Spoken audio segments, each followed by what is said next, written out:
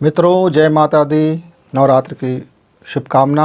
आइए इस नवरात्र में मेरे जितने भी शकार उपासक भाई हैं, नाम जप करने वाले हैं, नाम जप की भक्ति में जो जीवन व्यतीत करते हैं, ऐसे सारे भाई बहन थोड़ी से अपने नाम जप के साथ में एक निर्देश का पालन कर लें और वह नाम जप में फिर मज़ा आएगा। हम आगे बात करें उससे पहले आइए अपनी दाहिना स्वर के साथ में एक हल्की सी एक प्राणायाम करते हैं और उसके बाद अपनी बातें रखेंगे।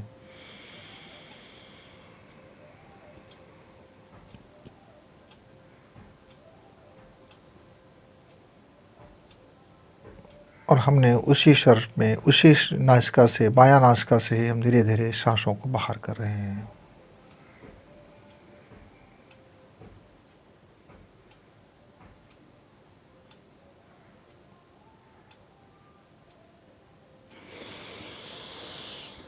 सभी माता बहनों को बसंत गुरु जी का प्रणाम और भाइयों को सादर नमन। नवरात्र के पर्व हो, संध्या काल का पर्व हो या ऋतु परिवर्तन का पर्व हो, ऋतु चक्र जब अपने को बदलता है उस समय हमारी इस धरती का जो चुंबकीय प्रभाव है गजब का होता है। मित्र, हमने अपनी इस बाबत हमने अपने पिछले वीडियो में हमने कुछ चर्चाएं करी है। आज हम जो है बचपन से हम नाम जप पर बड़ा प्रभावित होते हैं। नाम जप का विज्ञान और नाम जप कैसे करें और नाम जप क्यों करें, ये तीन चीज़ें यदि हम समझ जाएं, तीन धारा, नाम जप क्यों करें, नाम जप का विज्ञान और नाम जप कैसे करें, ये तीन चीज़ें यदि हमें जानकारी हो जाए तो फिर इस नाम जप में बड़ा चमत्कारिक शक्ति है। मित्र, जैसे मैं जब पहली क्लास गया, हमारे ज़माने में नर्सरी KG1 KG2 इत्यादि नहीं हुआ करते थे। विद्या अध्ययन हम 6 साल में ही करते थे।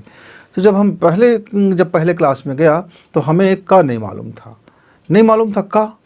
तो क को और कलम को और कबूतर को, क से बने हुए कई चीज़ों को, कई टूल्सों को हमारे गुरुजी हमारे सामने रखे।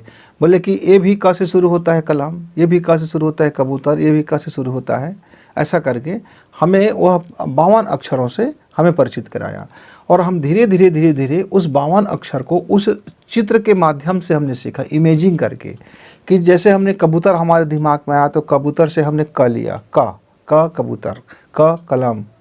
तो ख से फिर हमने ख खरगोश लिया, ग से फिर हमने ग गणेश जी का लिया, क्योंकि गणेश जी की मूर्ति से हम लोग सब परिचित होते थे।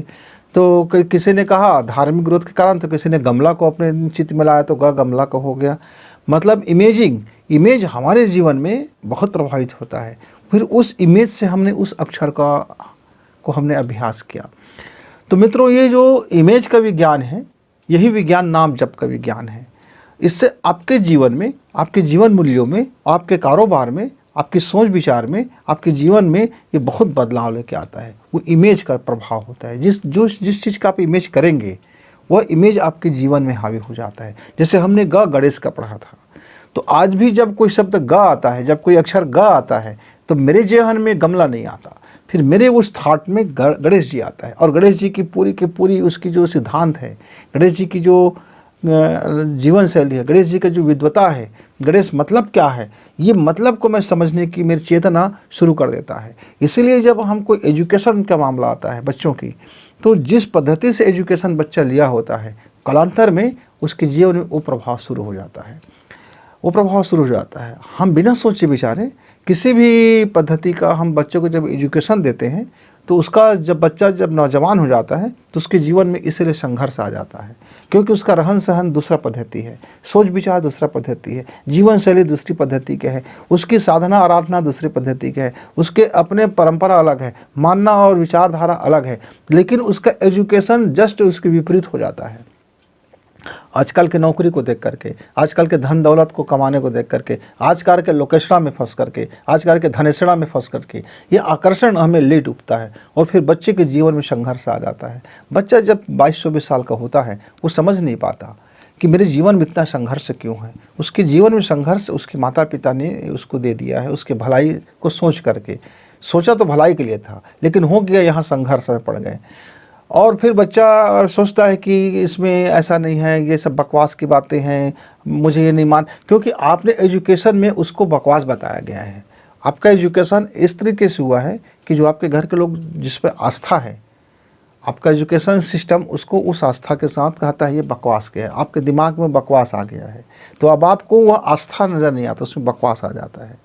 फिर आपको वो ढोंग लगता है, फिर वो आपको पाखंड लगता है, फिर आपको खराब लगता है, फिर आपके जेहन में ग गणेश का नहीं आएगा, फिर आपके जेहन में ग से गन भी आ सकता है, ग से गड़बड़ भी आ सकता है। तो आप जिस पद्धति से आपने इमेजिंग लिया है, आपकी एनर्जी को जो इमेज हुआ है वो उसकी बेस बन जाता है। यही बेस हमारे लिए काम आता है। अब मेरे एक मित्र ने कहा, आज ही अभी 5 मिनट पहले मुझे वो मैसेज दिखा कि गुरुजी नाम जप पर आप कुछ अपने बात रखिए। तो मित्रों, नाम जप के तो हम कायल हैं। नाम जप से ही तो मेरी ज़िंदगी में चमत्कार हुआ है। नाम के साथ इमेज को जोड़ना पड़ता है। आप नाम के साथ इमेज जोड़ लो और उस इमेज के साथ यदि अपने श्वास को जोड़ लो, तीनों में यदि संघर्ष खत्म हो जाए और आप अपने जीवन को उस दिशा में पहला कदम उठा दो, उसके स्वरूप की दिशा में पहला कदम उठा दो। आप जैसे जैसे कदम उठाते जाएंगे आपके जीवन में वो नाम जप का चमत्कार होता जाएगा। अब चलिए मैं एक आपको उदाहरण देके समझाता हूँ। मैं अक्सर कहता हूँ लोगों से, जब भी मेरे मुलाकात होता है तो बोलता हूँ जय राम जी की या राम राम भाई। हमारे गांव में चलन है, हर एक दूसरे को हम राम राम बोलते हैं, राम राम भाई, राम राम दीदी, राम राम भैया। तो जब हम राम राम बोलते हैं तो उस समय यदि मेरे इमेज में राम आ जाए तो मैं अगला व्यक्ति को जो अभिवादन बोल रहा हूँ उस व्यक्ति के साथ में मेरा प्रभु का अभिवादन जुड़ गया। तो मैं अपने को हर बार उस राम के प्रति समर्पित कर रहा हूँ।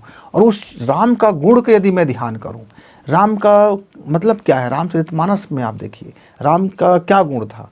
मैं यदि उसके गुण को ध्यान में रखूँ और मैं यदि नाम जप करूँ तो वह गुण मेरे जीवन में भाव रूप में बन करके मेरे मास्टर ग्रंथि को और मेरे चेयरमैन को, मतलब मेरा जो पिट्यूटरी ग्लैंड है जहाँ मेरी चंदन लगा हुआ है, वहाँ जहाँ मेरी मास्टर ग्रंथि है, वो मास्टर ग्रंथि को एक आदेश होगा कि भाई ये जो छवि है, इस छवि का जो गुण है वो मेरे जीवन में प्रकट हो। और मेरी जो चेयरमैन है मतलब थायराइड ग्रंथि है, वह थायराइड ग्रंथि को मैसेज जाएगा कि इस व्यक्ति का प्रिंसिपल फला है, यानी राम मैं कह रहा हूँ, तो कहेगा कि इसकी कोशिकाओं को, इसकी हार्मोन्स को इसकी प्रिंसिपल के अनुरूप तैयार कीजिए। यह जिस विभाग में काम करता है, यह जिस विचारधारा में काम करता है, उस विचारधारा के अनुरूप इसके मनोभूमि को तैयार करें, इसकी भाव भूमि को तैयार करें, इसकी जीवन शैली को तैयार करें, इसकी आहार और विहार को तैयार करें। मतलब फिर वो धीरे धीरे धीरे धीरे उस इमेज और उस गुण का हमारे जीवन में प्रभाव हो जाता है। इसीलिए आप जीवन में एक नाम चुन लीजिए, किसी नाम से परहेज नहीं है, पर एक नाम चुन लीजिए और उस नाम के पीछे जो गुण है उसको आप डिजाइन कर लीजिए, उस गुण को आप ध्यान करें। और उस गुण का ध्यान करते हुए यदि आप उस नाम का जप करते हैं मित्र, तो आपके लिए वो एक महामंत्र बन गया, आपके जीवन को, लाइफ को चेंज करने वाली एक महाशक्तिशाली मंत्र बन गया। क्योंकि इस ब्रह्मांड से आकर्षण करेगा वो, उस नाम के साथ में वो जो उस पावर है, उस पावर को अपनी तरफ वो आकर्षित करेगा। और जब जब आप उस नाम का उच्चारण करोगे, जब जब उस भाव से उच्चारण करोगे, तब तक इस ब्रह्मांडी चेतना से वह जो स्वरूप है, वो जो शक्ति है, वो आपके अंदर आता हुआ चला जाएगा। बड़ी बड़ी साधना की ज़रूरत नहीं होती, बड़ी बड़ी तपस्या की ज़रूरत नहीं होती, हमारी क्या क्या करते हैं इसकी भी ज़रूरत नहीं होती। तो मित्र, मैंने अपने जीवन काल में, जो सबसे प्रारंभिक जीवन काल था मेरा, बचपना का जीवन काल था, मैं उस बात को आपसे शेयर करना चाहूँगा। बहुत प्रारंभिक जीवन काल था। मुझको लगता है मैं दूसरी क्लास का उस समय छात्र रहा हूँगा, मुझे ठीक से याद नहीं है, स्मरण नहीं है। मेरी स्मरण बीच में मैं जब मेरी मेमोरी बड़ा लोचा हो गया था। तो लेकिन ऐसा कुछ धुंधली सी याद है कि मैं सबसे पहले माँ सरस्वती की मैंने पूजा कैसे की, माँ सरस्वती की तरफ मैं आकर्षित क्यों हुआ, माँ सरस्वती को मैं अपने जीवन में किस तरह से आमंत्रित किया, माँ सरस्वती का इमेजिंग मैंने कैसे बनाया और मेरा जीवन में धीरे धीरे ये महामंत्र के रूप में बनता चला गया। तो कैसे मैंने किया, मुझे मालूम हुआ माँ सरस्वती वीणा पाणिनि के गुण के बारे में। गुरुजी ने, कोई गुरुजी बताया, वो गुरुजी लगता है माँ सरस्वती के बड़े दीवाने थे। दीवाने मतलब फॉलोवर, उसके जीवन में बड़ा उसका महत्व था। वो उसको वो बहुत हद तक चाहता था। कोई बंदा यदि सरस्वती लिख करके यदि थूक से स्लेट को मिटा भी दे तो उसको दहत चापड़ लगा देते थे। क्योंकि हमारे समय में, आपको सुन करके अच्छा नहीं लगेगा पर सच तो वही है कि एक स्लेट हुआ करते थे।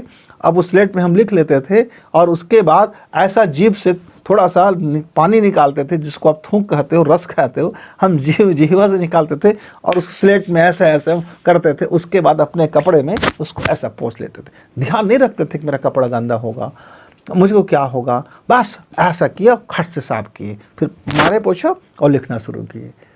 कभी कभी पूरी प्राइमरी एजुकेशन हम लोगों का ऐसी चला। गुरुजी देख के हंसा करते थे, लोग देख के हंसा करते थे, लेकिन कोई हमको अलग से नहीं कहते थे कि ऐसा क्यों मार रहे हो, ऐसा क्यों कर रहे हो। आज तक आप देखेंगे बहुत पुराने समय के जो लोग हैं, जब नोट गिनते हैं तो वो बगल में पानी का उपयोग नहीं करते, ऐसा करेंगे और खट खट खट खट गिनेंगे। कभी कभी कोई चीज़ें जरूरत पड़ जाती है तो मेरी उंगली फटास ऐसी पहुँचता है, ऐसा जिप की, उस बीच का उंगली, मध्यमा उंगली ऐसा पहुँच जाता है, और ऐसा हम करने लग जाते हैं। एक स्वभाव में वो शामिल था। अब इसका ज्ञान और विज्ञान पक्ष से मतलब नहीं था, हम बचपना थे, कहाँ पानी लेके घूमते, कहाँ करते। हम लोग ज़्यादा पेंसिल से और ज़्यादा पेन तो हमने बहुत बाद में सीखा है, पेंसिल और पेन का उपयोग करना। तो हमने उसके बत्ती जिसको बोलते थे, खड़िया को बोलते थे, और स्लेट से हमारी प्रारंभिक शिक्षा हुई। हम उसमें सरस्वती को किसी ने कहा कि यह विद्या का देवी है, यह जो हम पढ़ते हैं ना, ये उसका देवी है। दुनिया में यदि किसी चीज़ में आपको पहुंचना है, आपको इस पूरे सृष्टि के बारे में आपको जानना है, पूरी ब्रह्म के बारे में जानना है, अपना जीवन के बारे में जानना है, कई जन्मों के बारे में जानना है, तरह तरह की बातें हमारे बाल मन में आया। और मैं सोचने लगा तो फिर माँ सरस्वती का मूर्ति कहाँ से, चित्र कहाँ से पाया जाए, उस माँ का स्वरूप कहाँ से पाया जाए। तो पुस्तकों में, उस समय पुस्तकों में छपी रहती थी, और ऐसे मार्केट में मिल जाता था। एक 5 पैसे में बढ़िया से बढ़िया हमको कैलेंडर मिल जाते थे, 5 पैसे में, 10 पैसे में, क्योंकि उस समय 5 पैसे का बड़ा मोल था। हम लोगों का दिन भर का वो पॉकेट मनी होता था, 10 पैसा दिन भर का पॉकेट मनी हो गया। तो हमने माँ सरस्वती को देखा, फिर हम अपने उसको छवि को हमें मंत्र नहीं मालूम, कुछ नहीं मालूम, बस एक सरस्वती माँ, माँ वीणा पानी को हमने माँ कहना शुरू कर दिया। अब मैं माँ जब कहता हूँ, तो जब मेरे माँ का कहने का आशय होता है, माँ सरस्वती मेरे इमेजिंग में आ जाता है, मेरे भाव में आ जाता है। और फिर धीरे धीरे मैं जो कमज़ोर बच्चा था, जो बुद्धिहीन था, कुछ भी नहीं जानता था, बोदा था, भकोशन था और भोंगा पंडित था, वो सारा गुण धीरे धीरे वो इमेजिंग, चूँकि माँ नाम जब हो रहा था, माँ जब मैं कहता तो मेरे नाम के सामने आता। फिर आगे चल के फिर शिव का ध्यान किया, तो शिव के गुणों को हमने ध्यान किया, फिर शिव जी के बारे में। फिर मैंने देखा कि रामकृष्ण महोदय जो है, एक रामकृष्ण परमहंस जो है, वो तो और उसने तो हद कर दी भाई। क्या हद कर दी? एक बार किसी ने कहा कि माँ काली के उपासक था, काली का ध्यान करता था, काली के नाम का जप करता था, काली काली ही बोलता था, उसके आगे पीछे तो कुछ बोलते नहीं थे, काली काली बोलते थे, और काली मतलब उसका माँ काली का स्वरूप आते थे। किसी ने कहा कि कृष्ण भक्ति को करके देखें, तो वो कृष्ण भक्ति को करना है, तो उसने कहा कृष्ण भक्ति करना है तो राधा बनना पड़ेगा। तो वो कृष्ण को डिजाइन करने लगे, कृष्ण को स्वरूप देखा, और राधा ने किस तरह से कृष्ण को प्रेम किया था, राधा ने किस तरह से कृष्ण का नाम जप किया था। वो कृष्ण का नाम जप करते थे, राधा कृष्णा कृष्णा कृष्ण कृष्ण बोलते थे, तो कृष्ण भी बोलते थे कृष्णा कृष्णा, मतलब कृष्ण भी राधामय हो गया और राधा भी कृष्णमय हो गया। तो कृष्ण जब राधा का नाम लेते थे तब कृष्ण का नाम ही राधे हो गया, मतलब वो कृष्ण राधा ही हो गया, क्योंकि राधा का छवि उसके ध्यान में आता था। जब राधा बोलते थे तो कृष्ण फिर राधे हो गया, और कृष्ण राधा जो था, कृष्ण के नाम जप करते थे तो कृष्णा हो गया, फिर कृष्ण कृष्णा हो गया, और कृष्ण में भेद खत्म हो गया। तो कहा जाता है परमहंस ने जब कृष्ण का जब आराधना किया तो वो सचमुच स्त्री जैसे हो गया, स्त्री जैसे स्तन हो गया। इसलिए आप फोटो में देखोगे ना कभी कभी रामकृष्ण परमहंस का, तो जो इसका स्तन है बहुत बड़ा बड़ा स्तन दिखाई देता है। फिर वो स्तन अपने दोबारा शेप में नहीं आया, क्योंकि प्रकृति एक बार जिसको निकल गया तो निकल जाता है, ऑपरेशन वो कराते नहीं था, ऑपरेशन का जमाना नहीं था, तो वो राधामय हो गया था। तो वैसे उसका प्रभाव आने लगा उसके जीवन में, उसके शरीर में, उसके मनोविज्ञान में, क्योंकि वो शुद्ध और निर्मल चित्त था उसका, इतना शुद्ध था। जिस व्यक्ति को वो ध्यान करते थे, इमेजिंग करते थे, वो लगभग वही हो जाता था। तो मित्रों, यदि हम नाम जप करते हैं, जब हम बोलते हैं राम राम राम, तो सिर्फ मुंह से, जीवा से, टंग से राम ना बोलें, राम की भाव, राम का गुण, उसका हम अपने जीवन में महसूस करें। राम कैसा था? तो अब हम क्या करते हैं, हमारे साथ कई बार क्या मिस्टेक हो जाता है, हमने एक राधा कृष्ण की मूर्ति रख ली और कृष्ण कृष्ण कृष्ण ऐसा बोल रहे हैं, लेकिन कृष्ण का इमेजिंग नहीं कर रहे हैं, कृष्ण के गुणों का रूप का ध्यान नहीं कर रहे हैं। तो मित्रों, जैसे कोई माँ है तो बाल गोपाल रखता है अपनी पूजा कक्ष में, बाल गोपाल है, वात्सल्य से भरी माँ, वात्सल्य से भरी माँ जब गोपाल को जब के देखता है, लड्डू गोपाल को, गोपाल गोपाल गोपाल कहता है, और वो लड्डू गोपाल की छवि उसके जीवन में उतरता है, तो उसके सामने में लगता है कि गोपाल जी बच्चे बन करके खेल रहे हैं। अद्भुत वो सुख मिलता है उसको, माँ का सुख है, ये वात्सल्य का सुख है, वात्सल्य का रस है। तो माँ गदगद हो जाती है उस लड्डू गोपाल से, वो अपना छवि उस पर देखता है, अपने गोपाल को देख लेता है, गोपाल को देख लेता है। अब कोई धनुर्धर, अब अर्जुन लड्डू गोपाल का ध्यान करे तो महाभारत में जीत कैसे पाएगा? तो महाभारत में जो अर्जुन है उसको तो उस कृष्ण का रूप का ध्यान करना पड़ेगा, जो चक्र सुदर्शन लिए है, जो महान पुरुषार्थी है, जो पूरा विश्व विजेता है, जो पूरे विश्व को इस ब्रह्मांड की जो शक्ति अपने पास रखता है। तो जब अर्जुन उस कृष्ण का रूप धारण करता है, इमेज करता है, वह महा सुदर्शन चक्रधारी का इमेज करता है, तब वो अर्जुन जैसे पराक्रमी बनता है। कृष्ण तो वो भी कह रहा है, कृष्ण कृष्ण कह रहा है, सखे कह रहा है वो तो, और कृष्ण को छोड़ दीजिए, वो तो सखे कह रहा है, मित्र कह रहा है उसको। तो मित्र के साथ जब जुड़ जाता है आदमी तो फिर भक्त और भगवान से भी ज़्यादा यदि किसी में शक्ति तो मित्र में शक्ति है, तो फिर वो मित्र बन जाता है, सखा बन जाता है। तो वो भी कहता है, सखे कहता है। तो भाव, इमेज का भाव यदि जप के साथ, नाम जप के साथ जुड़ जाए मित्र, तो कमाल हो जाता है जीवन में, कमाल हो जाता है। मेरे जीवन में राम का प्रवेश कैसे हुआ? मेरे जीवन में राम का प्रवेश ऐसे हुआ मित्र, मैं निराला को पढ़ रहा था और निराला की भक्ति को पढ़ रहा था।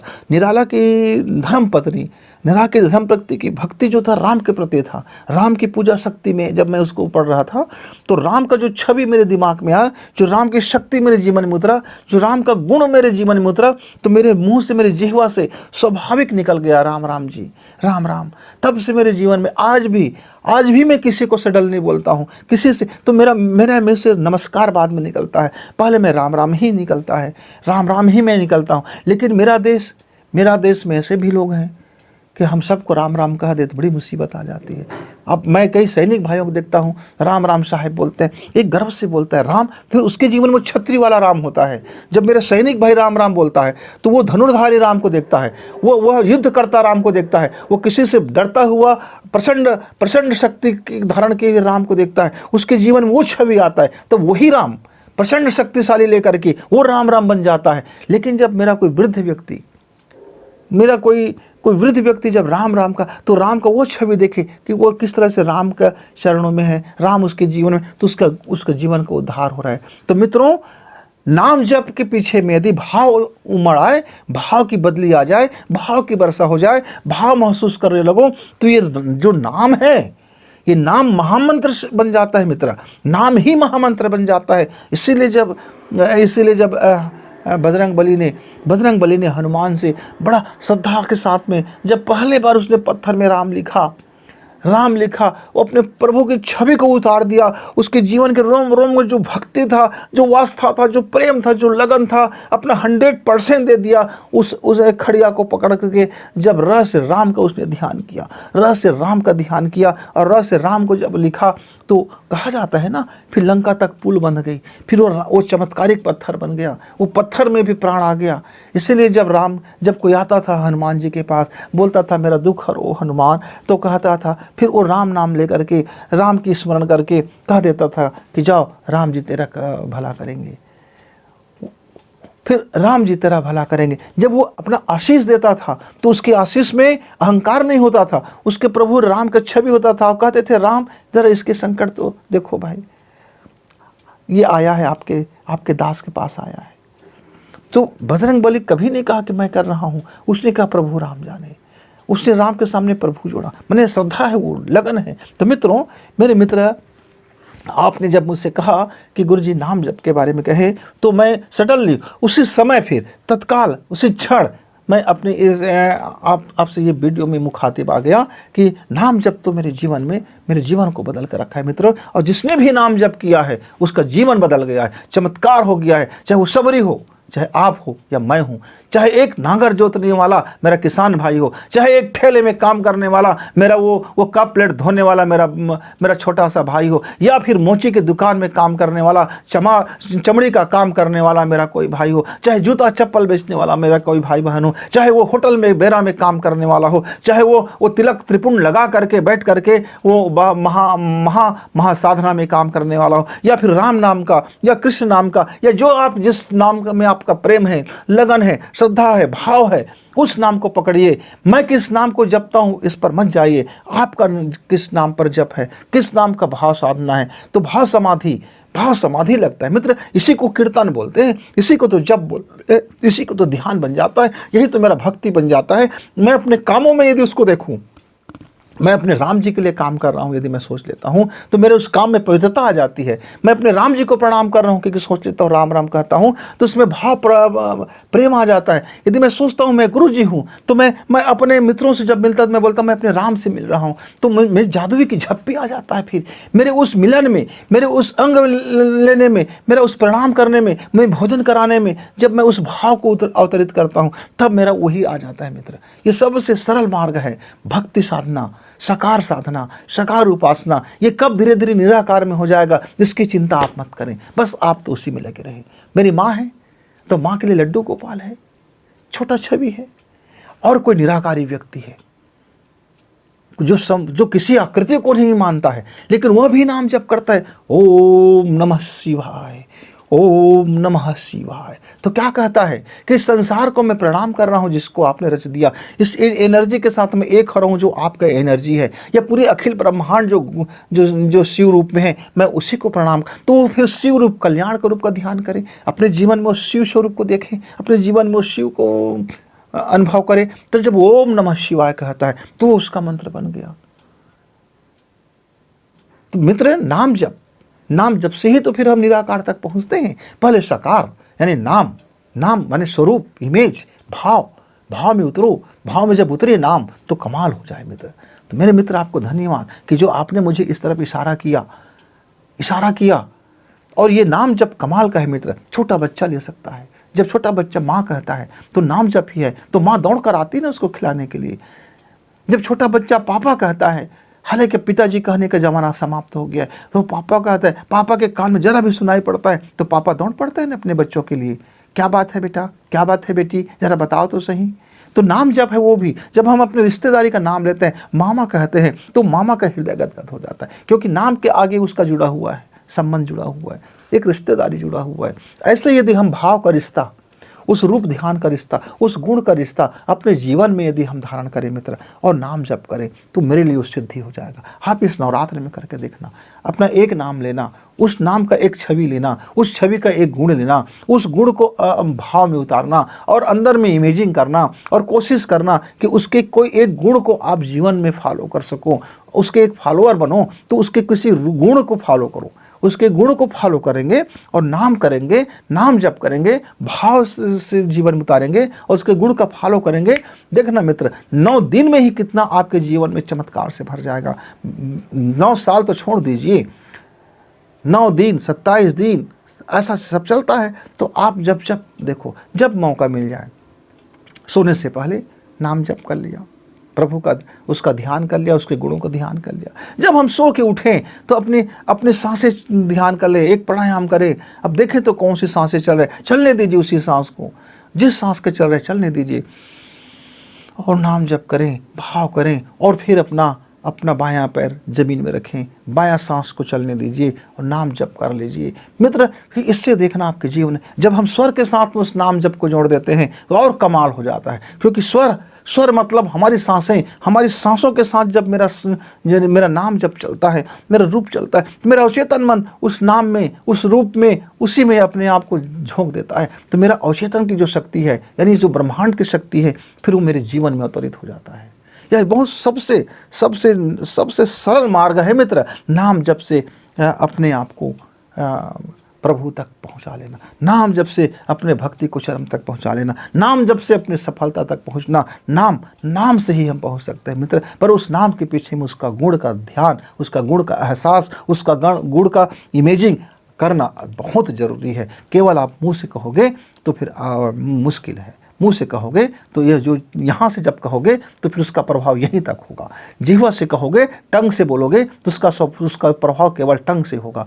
मन में जब तक नहीं आएगी, अंतर मन में जब तक नहीं जाएगा, हृदय तक जब तक बात नहीं पहुँचेगी, जब लगन में नहीं जाओगे, श्रद्धा में नहीं होगा, उसके गुणों का आप फॉलो नहीं करोगे, तब तक फिर आपका नाम जब सिर्फ एक थोड़ा सा प्रभाव होगा। जैसे ध्वनि का प्रभाव होता है, संगीत का प्रभाव होता है, वैसे ही थोड़ा सा प्रभाव होगा। अब मैं एक एग्जाम्पल दूंगा, उसके बाद अपनी आज की बातें समाप्त करूंगा, शायद आप समझ गए होंगे। एक व्यक्ति ने अपने बच्चे का नाम राम रख लिया।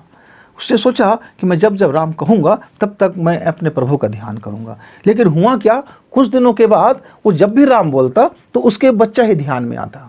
जब भी राम बोलता उसका बच्चा ही ध्यान में आता। अब वो उसका जो प्रभु के राम के हिसाब से जो नाम रखा था, अब उसके स्मरण से भी उस चित्त से समाप्त हो गया, चित्त से समाप्त हो गया। अब हुआ क्या, मरने से कुछ दिन पहले वो बीमार था, हॉस्पिटल में था। और मेरी आदत नहीं है किसी को हॉस्पिटल में देखने जाने की, स्वभावतः नहीं जाता, घर में भी नहीं जाता, बहुत कम, बहुत रेयर, बहुत कम। अब उसके बच्चे आ गए, गुरुजी बोले कि पापा आपको बड़े याद कर रहे हैं। मैं बोले याद कर रहे हैं, मेरा भी नमस्कार कहना, राम राम कहना। तो बोले नहीं, वो बोले हैं कि आपको लेकर के आऊँ, किसी भी स्थिति में आपको लेकर के आऊँ, चाहे आप 10 मिनट के लेकर आइए, आपको समय देना पड़ेगा। उन्होंने आदेश भी किया है, हालांकि निवेदन से आदेश किया है। तो बोला कि भाई ऐसा है कि मेरा ये काम है यार, आपको इंतज़ार करना पड़ेगा। बोले मैं इंतज़ार कर लूँगा, दिन भर कर लूँगा, रात में जब समय मिले तब चलिए। अब मैं रात में मित्र गया, 9 बजे के बाद गया, मैं जा करके उनसे दुआ सलाम हुआ, बोला राम राम बोला, तो उसने भी कहा राम राम। बोला गुरुजी मैंने गीता सुन ली, ठीक, मैं जानता हूँ मेरा शरीर अब ज़्यादा दिन का नहीं बचा है, बहुत निकट में मेरा मृत्यु होने वाला है, और मैंने रामायण भी बहुत पढ़ी है, ये भी मैं जानता हूँ, रामायण मेरा कंठस्थ है।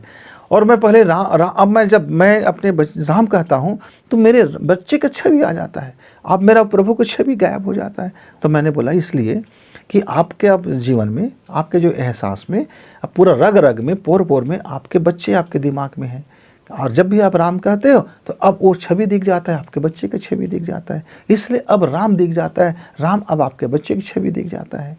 तो आप अब क्या करोगे, आपने तो जीवन भर तो यही किया है। अब अंतिम में आप ये काम कर सकते हैं कि आप एक राम बोलो, और जैसे राम की छवि हो तो आप उस राम की गर्दन काट दो। कैसे काटूंगा, बोला अनुभव महसूस करना कि मेरे जो सामने में राम आ रहा है, मैंने उसकी गर्दन काट दी। अब जिस समय आपको गर्दन काटोगे भैया तो बड़ा दुख होगा, क्योंकि बेटा का गर्दन दिख रहा है, बड़ा तकलीफ होगा। अब जैसे वो गर्दन कटेगी तो उसके जगह में जो दिखाई देगा फिर आपको राम दिखाई देगा। लेकिन ये काम आपके लिए आसान नहीं, क्योंकि आप तो मृत्युशैया पर हो। तब क्या किया जा सकता है, तब मैंने कहा एक काम कीजिए, आंख बंद मत कीजिए, आंख खोल करके एक सामने में आप आपके जो अपने प्रभु जो कहते हो, जो डिजाइन आप चाहते हो, धनुर्धारी देखना चाहते हो कि सेवा करना, क्या जो भी आपका स्वरूप है, एक बढ़िया से पेंटर बुला लीजिए या कहीं से मार्केट से ले आइए और उसको आप सामने में रखिए, और आप राम राम कहते हुए उसी का स्वरूप का ध्यान करें। आप जब आपका अपने बच्चे को भी बुलाना होगा तब आप राम कहते हुए उसी के स्वरूप को आप ध्यान करेंगे। हो सकता है कि प्रभु की कृपा हो, आपकी आस्था हो, क्योंकि आप अंतिम समय में हो तो आप अपना 100% लगा सकते हो। तो 100% जिस क्षण आपका लग जाएगा तो फिर आप अपने प्रभु का सिमरन करते हुए आपके अंदर में छवि उत्पन्न हो जाएगा। मित्र उसने किया कि नहीं किया मुझे तो नहीं मालूम, लेकिन उसके बच्चे ने बताया, 1 हफ्ते के बाद उसका देहांत हुआ। उसके बच्चे ने बताया 13वीं संपन्न होने के बाद कि गुरुजी अंतिम समय में मेरे पिताजी मृत्यु के शैया में गए तो बड़े शांति और सुकून से गए। उन्होंने बड़े संतोष से और बड़ी सुकून के साथ उन्होंने अपनी अंतिम सांसें ली। तो वो मुझे धन्यवाद कहने आते। मैं बोला कि बेटा धन्यवाद देने की ज़रूरत नहीं है, राम की कृपा है, राम का आदेश हुआ होगा। तो राम के भक्त के पास मैं पहुंच गया, मैं तो मीडिएटर हूँ, मैं धन्यवाद तो आप दे रहे हैं तो अपने पिताजी को दीजिए या उस प्रभु राम को दीजिए जिसने उसकी बंद आंखें खोलने में मदद की। तो मित्रों इस तरह से जब हम किसी नाम को लेते लेते हम छवि को भूल जाते हैं तो फिर मात्र वो उसका पदार्थ हो जाता है, और पदार्थ नाम जब लेते हैं तो पदार्थ या पाषाण नाम में फिर मतलब नहीं रह जाता। पार्थिव नाम, पाषाण का नाम या मुर्दा नाम का कोई मतलब नहीं रह जाता। नाम लेना है तो जीवंत होकर के नाम लीजिए, प्राणवान नाम लीजिए। प्राणवान नाम जाप करने से वो महामंत्र बन करके हमारे सारे कुंडलिनियों को, हमारे सारे शक्तियों को वो उससे लबालब भर देता है। तो मित्रों नाम जप का महत्व आपने समझा होगा। नाम जप कैसे करें, तो यदि आप स्वर के साथ नाम जप कर लेते हैं तो वही है, अब स्वर वही है। आप यदि राम का सुंदर स्वरूप देखना चाहते हैं, राम का पारिवारिक स्वरूप देखना चाहते हैं, राम या कोई भी नाम जिसको लेना चाहते हैं, तो चंद्र सांसें, और उसका पुरुषार्थ स्वरूप में आप पूजा करते हैं, पुरुषार्थ स्वरूप में नाम लेते हैं, उसके उग्र स्वरूप में नाम लेते हैं, तो फिर आपका सूर्य सांसें। और आप अपने मुक्ति के लिए नाम लेना चाहते हैं, कुछ नहीं करना है, जीवन में अब खाली हो गए हो, आपका उम्र हो चुका है, अब आपको केवल और केवल खाली बैठना है, अब जीवन के अंतिम दिनों में आ गए हैं, तब आप सुषुम्ना स्वरों में नाम जप वही है, नाम का प्रभाव अलग होगा, जीवन में प्रकट अलग होगा। बस इसको यदि आप ऐड कर लेते हो तो मेरे मित्र, आप इस नवरात्र जो भी मेरे नाम जप करने वाले भाई हैं, चाहे राम राम कहने वाला हो या हरे कृष्ण हरे राम कहने वाला हो, तो जब हम हरे कृष्ण हरे राम कहते हैं तो कृष्ण और राम के दोनों की समृद्ध छवि को आपको देखना होगा कि आपका कृष्ण का कौन सा रूप साथ में हो और राम का कौन सा स्वरूप साथ में हो। जब हम ओम नमः शिवाय कहते हैं तो शिव जी का कौन सा इमेजिंग आपके साथ हो। जब हम ओम गणपति नमः कहते हैं, ओम गणपति गणपति गणपति कहते हैं, तो गणेश जी का कौन सा ध्यान छवि हो। मतलब जो नाम ले वो मंत्र बनेगा आपका, यदि उसके इमेज को आप अपना लेते हो तो। मित्रों, फिर मिलेंगे, तब तक गुरु जी को इजाज़त। नमस्कार, धन्यवाद।